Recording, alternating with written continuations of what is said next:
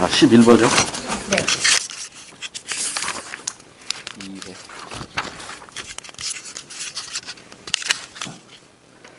자, 오늘이 무슨 날이죠? 출근. 네? 아니, 내일이 출근인가? 토요일, 즐거운 토요일. 오늘 우리 삶의 제일 젊은 날이라고 했잖아요. 가장 행복한 날. 즐거운 마음으로 시작합시다. 자, 11번입니다. 밑줄친 기억으로 인해 나타날 변화에 대한 분석으로 옳지 않은 것. 그림은 갑국의 X제 시장을 나타낸다. 기억? 갑국 정부가 생산자들에게 개당 200원의 생산 보조금을 지급한대요. 20원의 보조금을 준대요. 지금까지 시험 문제를 분석하면 정부가 세금을 부과한다는 문제는 여러 번 있었어요. 그래서 이제 이게 조금 더 난이도가 높아지면 조세 전가와 연결이 되거든요. 그건 다음에 이 문제가 나오면 소개하기로 하고, 보조금에 관련된 수능 문제는 여기 첫 번째 문제입니다. 보조금. 그러니까 우리 시험에서도 아직 보조금 문제 안 나왔어요. 그러니까 이걸 응용하면 돼요. 제가 다른 건 몰라도 요 그림은 꼭 기억해라고 그랬잖아요. S1, S2. 이게 만약에 사적 비용에 의한 공급 곡선이고, 이게 사회적 비용에 의한 공급 곡선이라면 사적 비용과 균형이 이루어지는 점에서 뭐가 결정된다고 공부했죠? 시장 거래량. 네. 이게 시장 생산량 또는 거래량, 시장에서 만들어지는 시장 우리가 치르는 시험에서는요, 항상 생산량하고 판매량은 일치한다고 보셔야 됩니다. 왜냐하면 완전 경쟁 시장을 전제로 하기 때문에 그래요. 시장 생산량입니다. 그러면 사회적 비용과 균형을 이루는 점에서는 뭐가 결정된다고 그랬어요? 이건 최적 생산량이라고요. 이 그래프는 우리 시험에서도 여러 번 나왔단 말이에요. 그러면 최적 생산량보다 시장 생산량이 많죠. 요만큼만 생산해야 되는데 더 많이 생산된 거잖아요. 그러니까 이건 과잉 생산이라고. 어느 게 과잉 생산된다고 그랬죠? 좋은 게 과잉 생산돼요? 안 좋은 게 과잉 생산돼요? 안 좋은 게. 시장에다 맡기면 안 좋은 건 과잉 생산되고, 우리가 필요로 하는 것은 과소 생산된단 말이에요. 그러니까 이 과잉 생산된 것은 결국 마이너스 외부 효과와 연결되는 문제란 말이에요. 그러면 이제 정부가 개입해가지고 이게 너무 과잉됐으니까 요만큼만 만들어라 이거지. 추적. 그럼 요만큼 만들려면 가격이 여기서 결정되는 게 아니라 여기서 결정되겠죠. 그러니까 이건 시장 가격이고 이건 최저 가격이잖아요. 최저 가격. 최저 가격이 되도록 생산할 거 아니에요. 그러면 이만큼을 뭘 부과해야 돼? 텍스를 부과해야 된다고. 텍스. 그러니까 텍스는 세금이기 때문에 항상 가격축과 평행하는 겁니다. 그런데 이제 이게 뒤집어지면 어떻게 되는 거야? 뒤집어지면.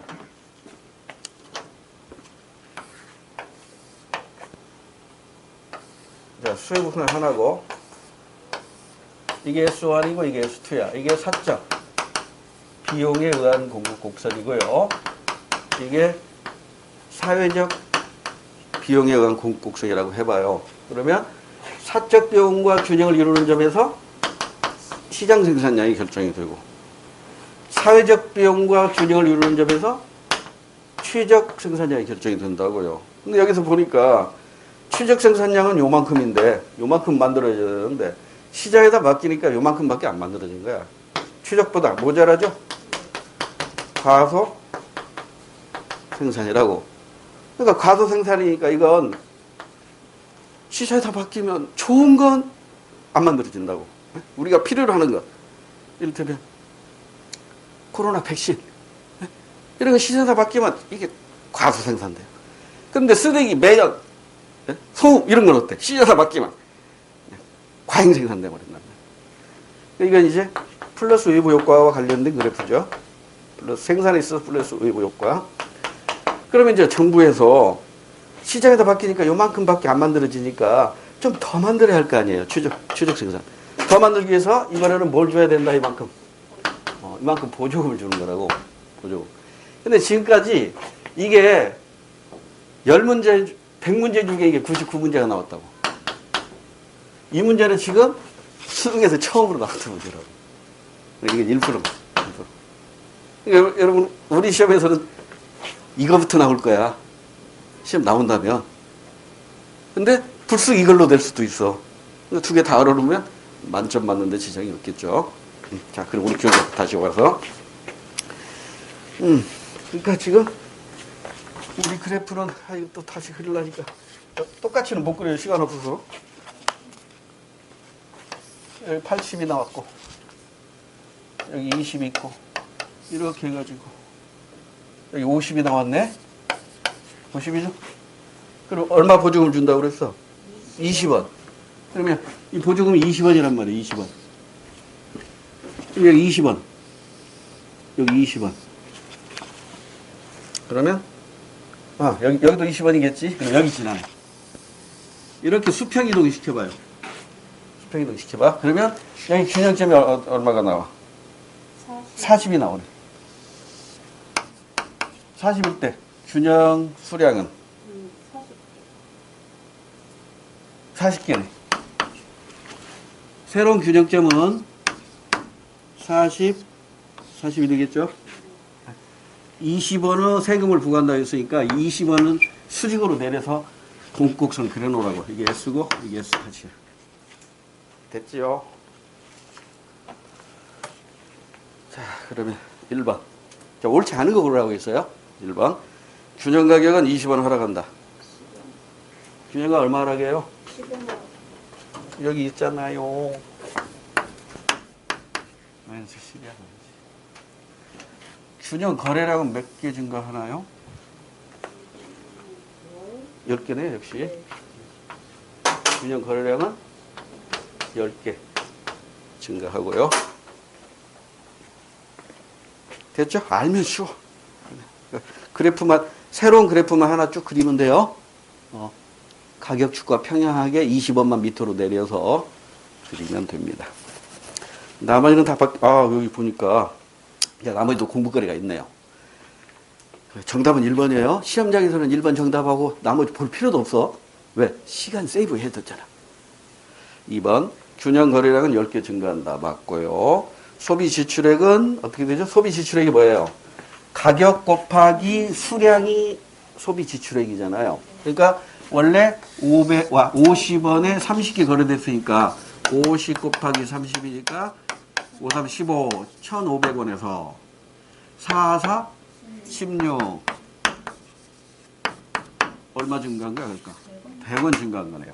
소비 지출액 또는 거래액이라고 해도 돼요. 거래액은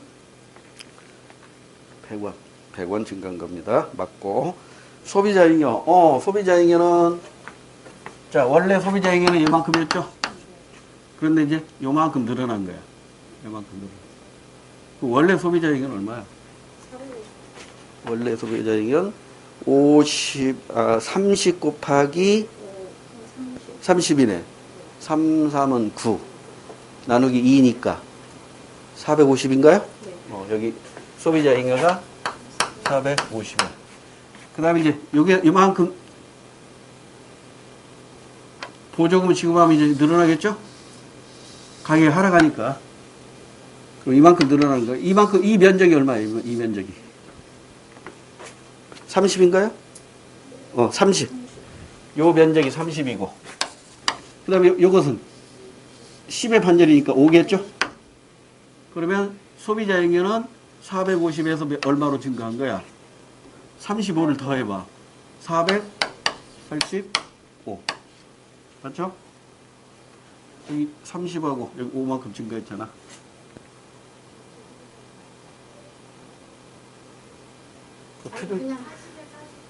그냥 네? 교수님 바뀐 거에서 전에 걸 빼는 게 더 쉽지 않아요? 그러니까 잠깐만. 원래 균형점이 여기죠? 네. 그다음에 이 균형점이 이사 갔잖아요. 그럼 소비자에게는 커졌잖아. 네. 그럼 이렇게 해도 돼요. 이렇게, 근데 거기에서 그 넓이 빼면 이렇게 해서 이렇게 네, 빼면. 전에 거 빼면은 그러니까 어떻게 접근하든지 간에 하여튼 35만큼 증가했어요. 접근 방법은 어떻게든 여러분 편한 대로 해도 돼요.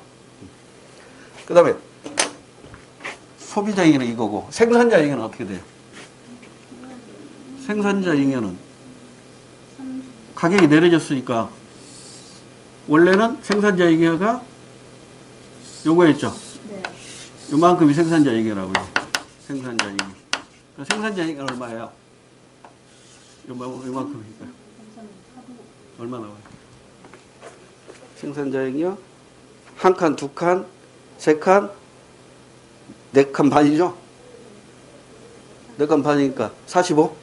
45. 이 생산자 잉여는 45, 450? 그러다가 이제 여기에서 이제 가격이 내려졌으니까 이렇게 변한 거죠?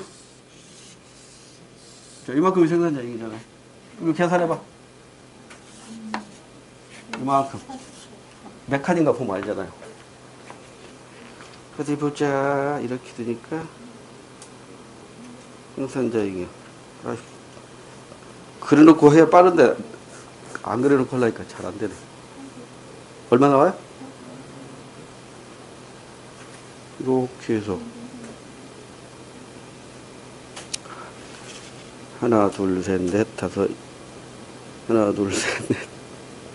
하나, 둘, 셋, 넷, 다섯, 여섯, 일곱. 6개 하고 8개. 800인가? 800. 그래서 생산자에게는 얼마를 감소한 거야? 생산자 감소해서 증가했어요. 증가했어요. 증가했네요. 생산자 잉여도 증가했네요. 그리고 사회적 잉여도 증가하겠죠? 소비자 잉여는 350원 증가 맞나요? 여기 350원 증가. 생산자 잉여는? 350원. 생산자 잉여는 아까 450에서 빼니까 350. 요것도 350 증가했네요. 똑같이. 네. 그러니까 보조금을 지급하니까 사회 전체적인 잉여도 증가하죠. 700만큼 증가하겠죠. 네. 소비자 잉여 350, 생산자 잉여 350. 합친 것이 사회적 잉여니까. 됐죠? 이와 유사 문제 또 나와요. 뒤에 가서 기출문으로 나오니까 그때 다시 한번 복습하기로 하고 12번으로 갑니다. 다음에 일탈 행동을 설명하는 이론 A, B에 대한 설명으로 옳은 것. 우리 일탈 행위에 관한 이론은 어디쯤에서 공부했어요? 일단 어떤 과목에서 공부했죠? 사회문학 과목이죠. 일탈 행동. 사회문학 과목 중에서 사회 구조의 특징 공부했었죠. 사회 구조 해가지고 사회 구조는 다음과 같은 5가지 특성이 있었어요. 지속성, 굳이 암기하려고 하지 마세요. 사회가 한번 만들어지면 구성원이 바뀌더라도 우리 사회는 유지되잖아요. 이걸 지속성이라고 하고, 그리고 사회는 안정적으로 발전해 나가니까 지속성과 안정성을 가지면서 역사성을 갖는다 이렇게 공부했잖아요. 그래서 다른 건 무시하고 요 3가지만 가지고 사회 구조를 설명하려는 입장이 구조기능론이라고 공부했잖아요. 그래서 그냥 기능론 약해서 하고. 그런가 하면 사회 구조는 변합니다. 그리고 사회 구조는 사회 구성원을 구속시켜요. 우리 사회 구조 틀대로 행동하도록 하게 한단 말이에요. 그래서 이걸 무시하고 이것만 가지고 사회 구조를 설명하는 입장이 갈등론이라고. 그래서 사회 구조를 제대로 올바르게 이해하려면 기능론과 갈등론을 같이 고려해야 된다. 이렇게 결론을 내렸잖아요. 병행해야 된다. 그러면 사회 구조는 사회 구성원을 강제한단 말이에요. 이건 하고 저건 하면 안 돼. 이렇게 강제한다고. 그래서 뭐가 만들어져요? 사회 규범이 만들어진다고. 그래서 사회 규범이 어떤 게 있느냐? 이게 우리 교과서에서 이제 삭제가 됐으니까 지금 이제 신문이 안 나와요. 이를테면 민습이네, 원균에, 법균에 해가지고 공통점과 차이점이 뭐냐 이런 게 옛날에 시험문제 나왔는데 지금은 우리 교과서에서 빠졌다고. 야, 그러면 사회 구조는 사회 구성원을 이렇게 해라 저렇게 해라 감지하니까 그래서 만들어진 것이 뭐다? 사회 규범이야. 그러면 우리는 사회화 과정을 통해서 우리가 살고 있는 사회의 사회 규범을 배우죠. 그럼 사회 규범을 배웠으면 이걸 지켜야지. 지켜야 되잖아. 근데 꼭 지키지 않고 벗어나 벗어날 탈 벗어나고 벗어난다 이런 뜻이야. 기차가 철로로 가야 되는데 이거 벗어나봐. 전복되는 거죠. 차가 차선으로 가야 돼. 사람은 인도로 가야 돼. 근데 차가 인도로 가고 사람이 차도로 가봐. 사고 나는 거예요. 이걸 일탈 행위론이라고 하고 이게 일탈 행위론이 옛날 교과서하고 지금 교과서 또 달라요. 근데 대부분의 수험서에 보면 옛날 교과서 지금 교과서 막 짬뽕해서 해놔. 설명을 해놔. 안 해지 하는 것이지. 그러니까 현행 교과서대로만 일단 공부하자고. 일탈 행위론은 현행 교과서는 3가지가 나와요. 현행 교과서 3가지. 제일 먼저 등장한 거. 가장 오래된 거예요. 시대적으로, 시대순으로 발전하게 되는 거니까. 아노미, 차별적 교재론, 일명 학습이론이라고도 한다고 그랬죠? 학습이론. 마지막이 뭐예요? 낙인이론. 낙인이론. 그래서 얘 둘은 기능론으로 이해하시고 얘는 상징적 상호작용론으로 이해하시면 돼요. 미시적 관점이야. 그런데 이 아노미라는 단어를 처음 쓴 사람이 듀르켐이라고 그랬죠. 그 다음에 그 손자가 누구였어? 그 손자뻘 드는 학자. 머튼이었지. 이 사람이 살던 시대하고 이 사람이 살던 시대가 달라. 듀르켐이 살던 시대는 급변하는 사회였다고. 급변하는 사회. 머튼이 살던 사회는 산업혁명이 어느 정도 완성이 된 비교적 안정적인 사회였다고. 그래서 급변하는 사회에서 규범이, 이 놈이라는 게 이게 규범이라는 뜻이거든요. 규범. 이 불어요, 불어. 놈이가 없는 상태야. 그러니까 무규범 상태에서 사람들은 일탈을 한다는 거예요. 이게 듀르켐의 아노미론이야. 그런데 그 손자뻘 되는 머튼은 아니 이제 사회가 안정이 되었고 규범도 생겼어. 규범도 생겼으니까 규범을 지켜야 되잖아요. 그래서 이 아노미라는 단어를 다르게 설명해. 어떻게 설명해요? 목적은 정당한데 이 수단이 잘못된 거야. 간에 이게 괴리야, 괴리. 목적 수단 간의 괴리, 불일치. 합격. 목적은 정당하죠. 컨닝. 수단이 잘못됐잖아. 부자가 되고 싶어요. 열심히 노력하면 되겠죠. 사기치려고. 국회의원의 당선이 목적이야. 주민들의 동의를 많이 얻으면 되겠죠. 부정 선거를 한다고. 이게 이제 머튼이 얘기에는 아노미라고. 그러니까 아노미라는 말을 놓고 하나는 무규범 상태의 일탈로 번역이 되고 다른 하나는 목적과 수단에 따른 일탈. 수단의 괴리에 따른 일탈. 이렇게 번역이 된다고. 그래서 최근의 시험 문제는요. 예전에는 이 듀르켐 아노미만 출제했는데 이제는 이 두 개를 비교해가지고 출제를 한다고. 같이 알아두시는 게 좋고. 그 다음에 이제 서덜랜드라는 사람이 얘기한 차별적 교제론. 이것은 잘못된 만남 때문이라는 거지. 교제를 하는데, 만나는데, 착한 사람을 만나야 되는데, 잘못된 만남이 일어나는 거야. 전과자를 만났거나, 나쁜 놈을 만나면 나도 거기에 물든다는 거죠. 그 이론이고.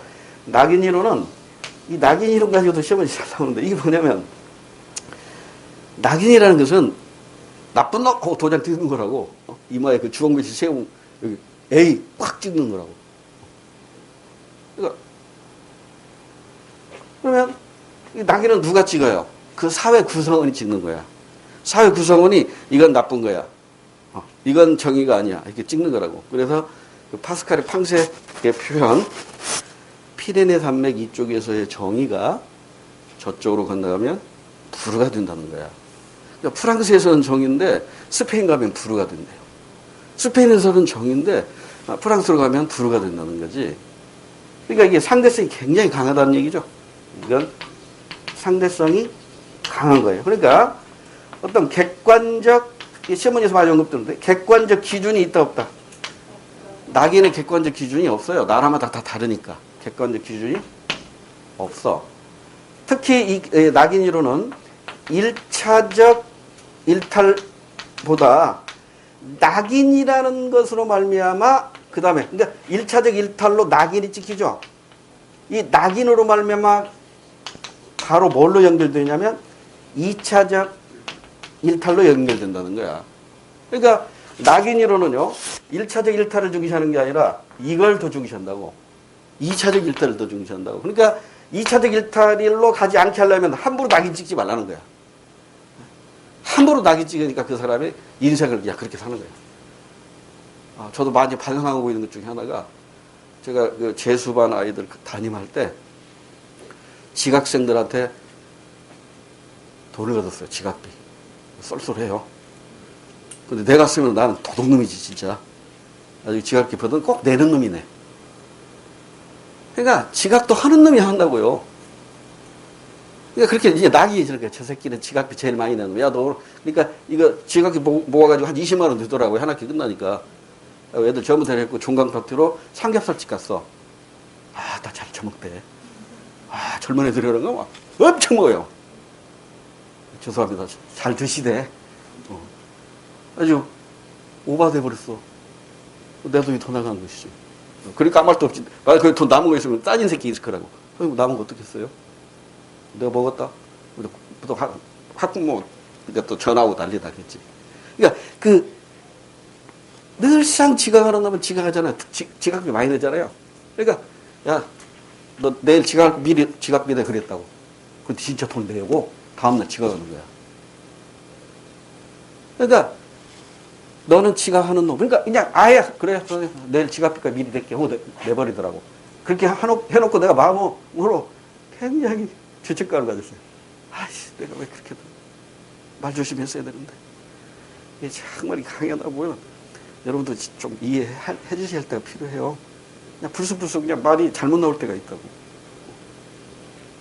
이해해 주세요. 제가 말이 불쑥불쑥 하더라도 저 새끼 좀 못난 놈이구나 이렇게 하고 이해하시면 돼요. 그러니까 낙인 이론 바로 2차적 일탈에 관심을 갖는데, 근데 여기서 이제 시험 문제를 볼 때 이 낙인을 찍을 때 이 객관적 기준이 없다고 그랬죠. 그러니까 그 수능에서 이렇게 나왔다고. 똑같이 구멍가게 와가지고 과자를 훔쳤는데 껌둥이가 훔쳤을 때하고 흰둥이가 훔쳤을 때하고 그 가게 주인의 행동이 다르단 말이에요. 그 주인이 백인이야. 그러니까 그 백인 꼬마가 과자를 훔쳤을 때는 타일러요. 좋은 말로 타일러. 근데 흑인이 꼬맹이가 과자를 훔치니까 멱살 잡고 간다니까 그 아버지한테 멱살 잡고 가지고 동네 사람들 다 보는데 멱살 잡고 이 새끼가 우리 집에 와서 과자 훔쳤다고 변상하라고 동네 소문 다 나버리잖아. 낙인 시켜버리는 거잖아. 이런 차별적 제재에 따른 낙인, 이게 사회적으로 심각한 문제가 있다라고 보는 게 낙인이로예요. 지금까지 시험 문제 나왔던 걸 가지고 여러분에게 소개해드렸습니다. 자, 이렇게 순서대로 발전해 나갑니다. 자, 그러면 12번으로 올게요. 지금 현행 교과서에는 일탈행동 이론으로 3가지밖에 없습니다. 자, 그래서 A와 B는 차별적 규제 이론과 여기 2개밖에 없네. 뭐가 하나 빠졌겠지. 차별적 교제 이론하고 낙인 이론 중에 하나라고 했으니까 뭐가 빠졌어요? 아노미가 빠졌네. 아노미를 제어하고 문제를 풀어나가면 돼요. 1번. A가 B를 먼저 분석해야겠다. 자, 첫 번째 질문. 다른 사람들의 부정적 시선이 일탈 행동을 초래한다고 보는가? 낙인이 2차적 일탈을 가져온다고 보는가? 예. A가 뭐야? 오케이. A가 낙인 이론이고요. 그럼 B는 보나마나 차별적 규제론이라고도 하고 학습 이론이라고도 합니다. 1번. A. 낙인 이론은 일탈 행동을 규정하는 객관적 기준이 있다 없다? 없어요. 없어. 1번 틀렸어요. 맞는 거 골라야 됩니다. 2번. A. 낙인 이론은 일탈 행동에 대한 규정을 신중하게 할 필요가 있다 없다? 있어요. 신중하게 해야 된다고. 왜? 이 낙인 때문에 2차적, 3차적 일탈로 이어지기 때문에. 일탈 이론은 1차적 일탈을 중시하는 게 아니라 그 이후에 2차적 일탈 이후를 더 중시하는 이론이다. 이렇게 이해하시면 되고요. 자, 다음 문제는 공부거리를 확인할게요. 3번에 B가 이제 차별적 교제론인데 일탈 행동의 해결 방안으로 사회 규범의 통제력 회복을 강조한다. 사회 규범이 없기 때문에 일탈하니까 사회 규범의 통제력을 회복해야 된다라고 보는 건 이건 듀르켐입니다. 듀르켐의 아노미 이론과 관련된 거고요. 머튼이 아니에요. 듀르켐의 아노미 이론과 연결되고요. 4번. B는 타인과의 상호작용이 일탈행동의 발생에 미치는 영향을 중시하죠. 차별적 교련. 나쁜 놈 만났기 때문에 나쁜 놈하고 상호작용을 하다 보니까 이게 나쁜 짓 하는 거잖아요. 그래서 타인과의 상호작용, 차별적 교제를 하는 거겠죠. 이걸 경시하는 게 아니라 중시한다. 이렇게 해야 맞겠죠. 13번으로 갑니다. 그림은 각국의 연도별 상품 수지와 서비스 수지를 나타낸다. 이에 대한 분석으로 옳은 걸 고르래요. 단 모든 연도에서 본원소득 수지와 이전소득 수지는 제로래요. 지금 경상수지가 4가지가 있는데 이 4가지 경상수지 중에 2가지는 제로니까 이제 2가지만 가지고 판단하면 되겠네요. 하나가 상품 수지고 또 하나가 서비스 수지. 그래서 그 아래에 하얀색으로 표시된 게 상품 수지고 검정색으로 표시된 게 서비스 수지입니다. 우리 상품 수지와 서비스 수지가 뭔지 아시죠? 상품 수지는 문자 그대로 상품의 수출과 수입만 가지고 그 차액을 표시하는 거예요. 따라서 수출이 얼마나 증가했고 수입이 얼마나 증가했고 또 감소했는가는 알 수 있다 없다? 이건 없어요. 그건 몰라요. 차이만 기록될 뿐이니까요.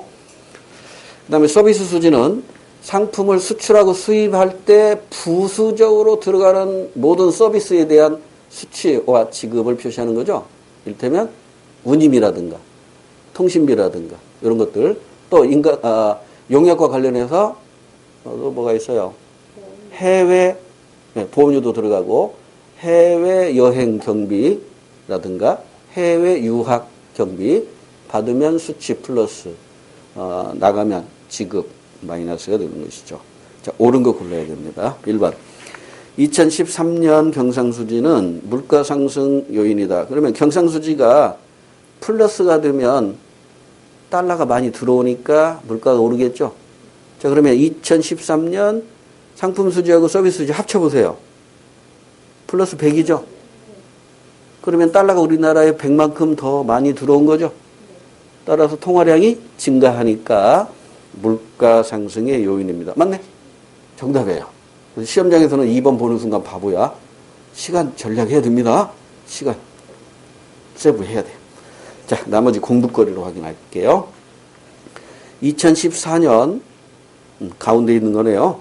180만큼의 흑자네요. 경상수지는 달러 대비 각국 화폐 가치 하락 요인이다. 달러가 180만큼 더 들어왔죠. 그러면 달러의 가치가 올라가요, 내려가요? 달러 가치는 하락하겠죠. 달러 가치가 하락한 만큼 각국의 화폐 가치는 올라가겠지. 서로 상대적이니까요. 달러 가치가 상승하면 환율 인상이잖아요. 달러 가치가 하락하면 환율 인하잖아요. 달러 가치가 하락해서 그럼 환율이 인하된 거죠. 그러면 자국 화폐 가격은 반대로 움직이는 거라고. 됐죠? 그러니까 지금 2014년에 경상수지는 180만큼 흑자니까 달러가 많이 들어왔죠. 달러가 많이 들어왔으니까 달러 가치가 하락하죠. 달러 가치 하락하잖아요. 그럼 자국 화폐 가치는 어떻게 돼요? 올라가죠. 그러니까 2번 뒷부분이 틀렸죠. 각국의 화폐 가치의 상승 요인이다. 이렇게 해야 맞아요. 그 다음에 3번 14년에 비해 15년 재화 수출액은 증가하였다. 수출액이 증가했는지 수입액이 감소했는지 이건 알 수 있다 없다? 없어요. 수출과 수입의 차이만 알 수 있는 것이지 수출액, 수입액이 얼마나 증가하고 감소하는가는 알 수 없는 겁니다. 3번. 그래서 틀렸고요. 4번. 2013년과 달리 2015년 서비스 거래에서의 서비스 수지가 플러스 100이네요. 2013년은 마이너스 100이었잖아요. 근데 2015년에는 플러스 100이라고. 그러면 외화의 수취액 13년과 달리 2015년 서비스 거래에서 외화의 수취액은 지급액보다 적었다가 아니라 많았다라고 해야지.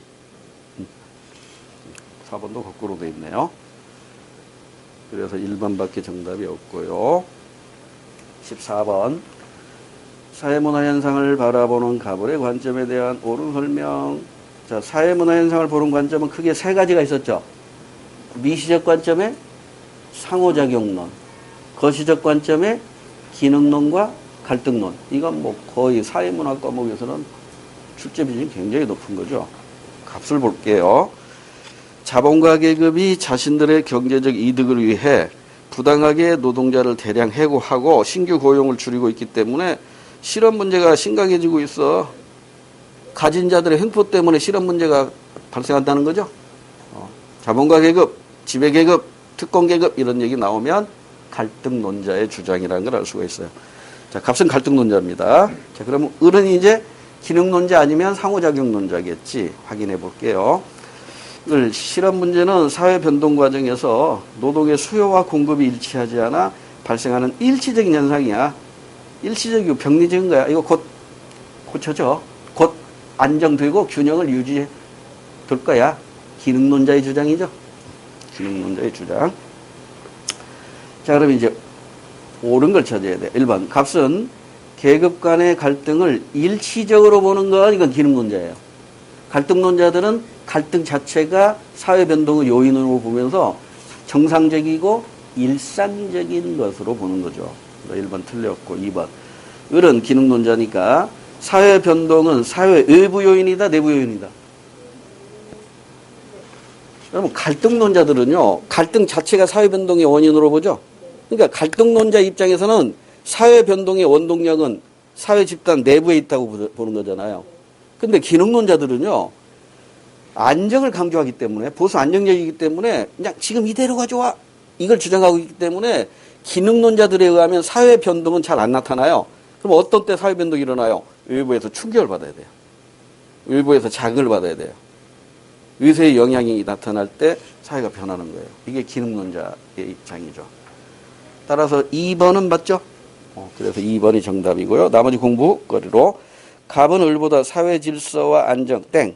사회 질서와 안정을 중시하는 건 기능론자니까 을의 입장으로 봐야 되고요. 4번 을은 갑과 달리 거시적 관점 땡. 둘 다 거시적 관점입니다. 15번으로 갈게요. 옳은 걸 고르래요. 직장에서 은퇴한 값은 영농기술 학교인데 오타가 나왔네요. 영농기술 학교를 수료한 후 고향으로 내려와 귀농인으로 새로운 삶을 시작하였다. 처음 2년 동안은 모든 것이 서툴러 어려움이 많았지만 군청의 귀농지원센터와 지역 주민들로부터 영농기법을 배워 이제는 안정적으로 농사를 짓게 되었다. 그 후 값은 사물놀이 동호회에 가입하여 주민축제에도 참가하고 지역민들을 위한 재능기부 활동도 하고 있다. 1번. 기업과 미음은 2차적 사회기관이며 기업, 학교죠. 학교 2차적 사회기관 맞고 그 다음에 미음은 사물놀이 동호회 역시 2차적 사회기관 맞습니다. 그리고 뒤에 공식조직이다 했는데 학교는 공식조직이지만 사물놀이 동호회는 공식조직이 아니라 자발적 결사체일 뿐이죠. 뒷부분이 틀렸네요. 이 공식조직에 해당되는 건 학교밖에 없으니까 지역만 해당이 되니까 1번 틀렸고 2번 니은은 귀속주의다. 니은이 귀농인입니다. 태어나면서부터 귀농인 없잖아요. 여기서는 선천적주의인 귀속주의가 아니라 후천적주의인 성취주의에 해당이 됩니다. 2번도 틀렸고요. 3번 디귿 군청의 귀농지원센터는 자발적 결사체가 아니라 군청에 있는 거니까 공식 조직입니다. 군청의 귀농지원센터는 공식 조직이에요. 그러면 정부 내에 있는 뭐 행정안전부 이런 뜻이에요. 또는 뭐 삼성전자 내 고객센터 이것도 공식 조직인 것이죠. 그 다음에 4번 니을이 영농기법을 배워 귀농해가지고 영농기법 배우겠죠. 자, 이것은 제사회화에 해당한다. 정답이네요. 제사회화란 사회생활하는데 필요로 하는 기술이나 지식을 새롭게 취득하는 겁니다. 얘기사회화하고 혼동하지 마세요. 기출문제 소개할게요. 회사원 A씨는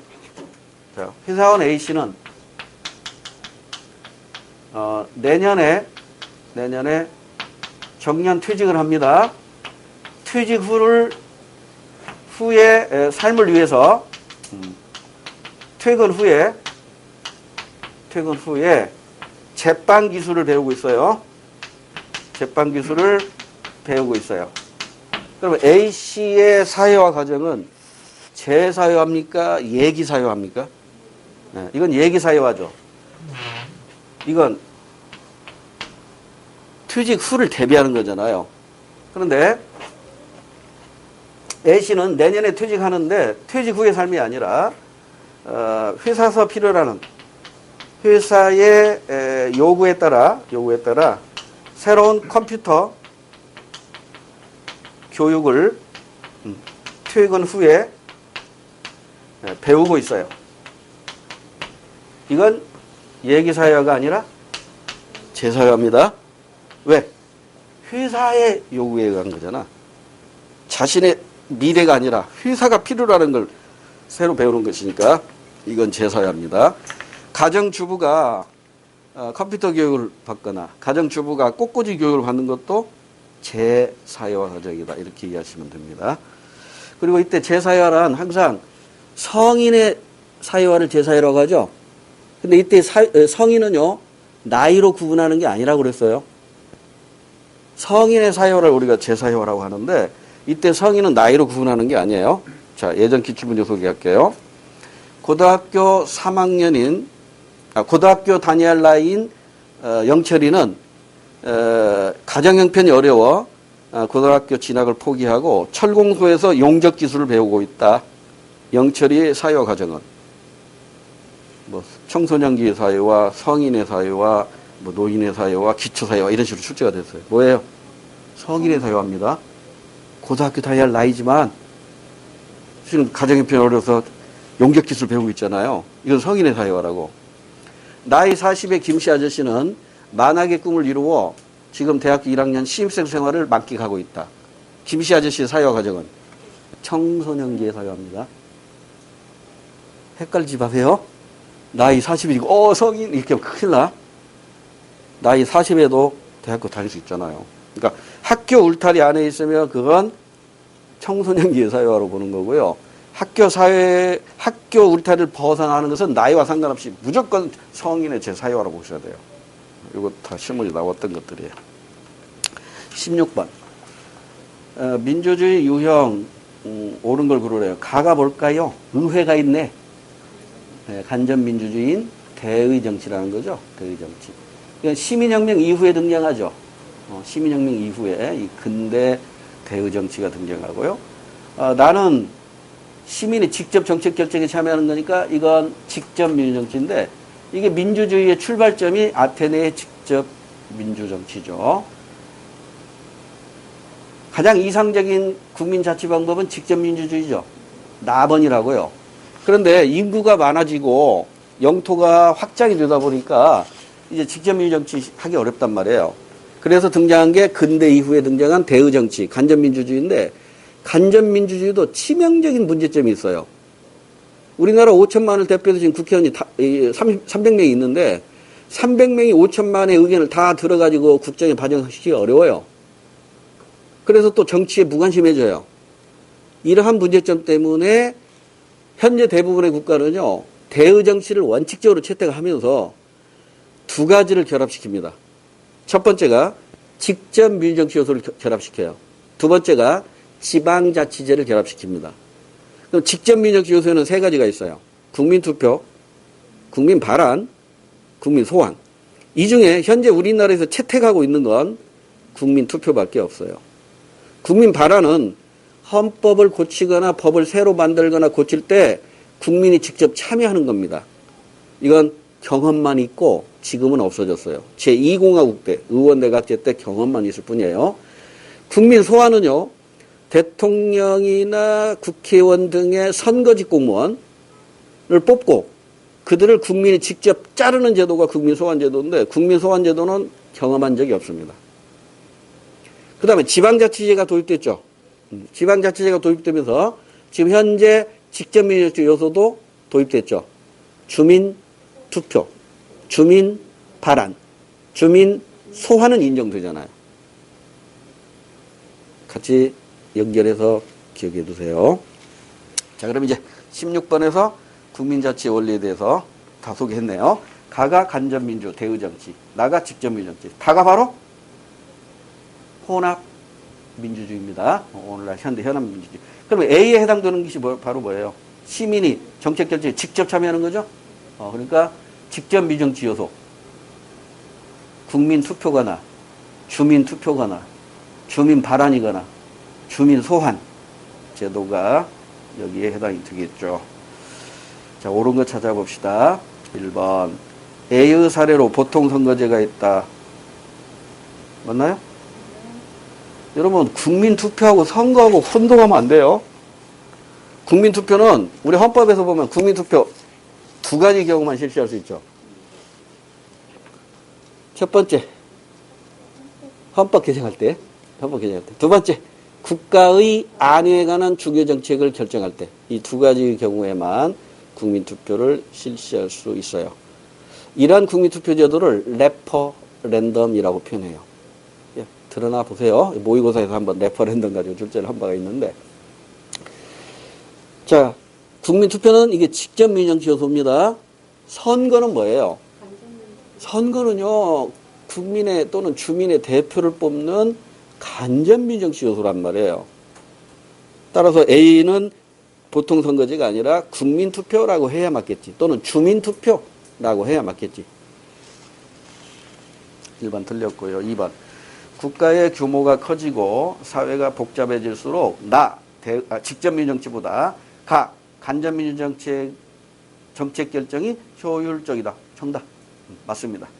그런데 이것도 치명적인 문제점이 아까 있었잖아요. 그러죠?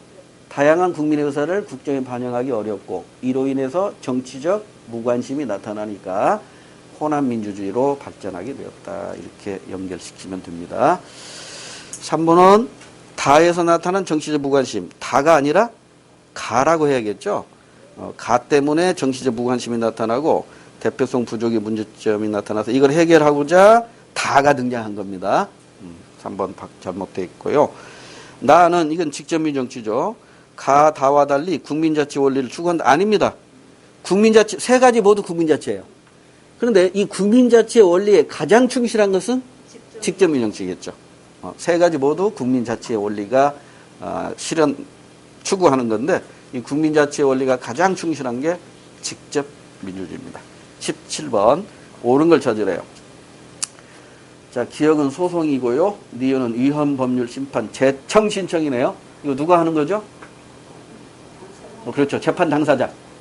재판 당사자가 하는 것이고요. 헌법 소원이 나왔고 헌법 불합치 결정이 나왔대요. 자, 그러면 옳은 걸 고르라고 했어요. 1번. 기억은 소송을 제기했네요. 주민등록번호가 유출되자 새로 바꿔주세요 라고 신청했는데 거절됐어. 구청의 처분을 취소해달라며 소송을 제기했어요. 그러니까 이건 행정소송이겠네. 행정소송이겠네. 기억의 1심은 행정법원에서 담당하죠. 2심이 고등법원에서 담당하는 거고요. 1번 틀렸고 2번. 니은은 위헌법률 심판 재청 신청은 갑시 당해 사건 담당 법원에 청구한. 이거 맞네. 당사자, 재판 당사자가 담당 법원에 청구합니다. 그럼 이 법원의 판사는 직권으로 위헌법률 심판 제청할 수 있나요, 없나요? 있어요. 직권으로도 가능해요. 판사가 직권으로도 할 수 있고, 판사가 직권으로 하지 않을 때 이 당사자인 이 재판 당사자가 신청해가지고 할 수도 있고, 만약에 기각을 시켜버렸어. 값이 이거 위헌법률 심판 제청 신청을 했는데 법원에서 이걸 기각을 시켰어요. 그러면 구제 방법이 있나요, 없나요? 있어요. 어디 가야 돼요? 헌법재판소 가면 됩니다. 이걸 우리는 위헌법률심사형 국민소원심판제도라고 합니다. 위헌법률심사형 국민소원심판제도. 그래서 국민소원심판제도는 또 있죠. 권리구제형. 이건 재판과 관계없이 국민의 기본권이 침해되었을 때 이 침해된 기본권을 구제받기 위해서 헌법재판소에다가 소를 제기하는데 이걸 우리는 권리구제형 국민소원심판제도라고 합니다. 그 다음에 3번에 디귿은 헌법소원은 권리구제형, 헌법소원에다, 아니죠. 권리구제형이 아니라 위헌심사형이죠. 위헌법률심사형. 재판과 관계두잖아요. 재판 중이니까 이건 위헌심사형이고, 재판과 관계없이 하는 게 권리구제형입니다. 4번에 니을로 인해, 니을이 뭐예요? 헌법 불합치 결정이네요. 현행 주민등록법의 효력을 상실한다. 아니죠. 위헌 결정이 나면 법은 무효가 되는데 지금 위헌이 아니라 헌법 불합치라고 했다고. 왜 이러면 헌법 불합치 제도를 두고 있냐면 법이 갑자기 생겼던 법이 무효가 돼버리면 법적 안정성이 깨지잖아요. 그래서 법적 안정성을 위해서 사회가 혼란에 빠질 우려가 있기 때문에 이를 극복하기 위해서 헌법 불합치 제도를 두고 있는 겁니다. 그 다음에 18번. 시간이 많이 됐네. 18번부터 잠깐 쉬었다 할게요.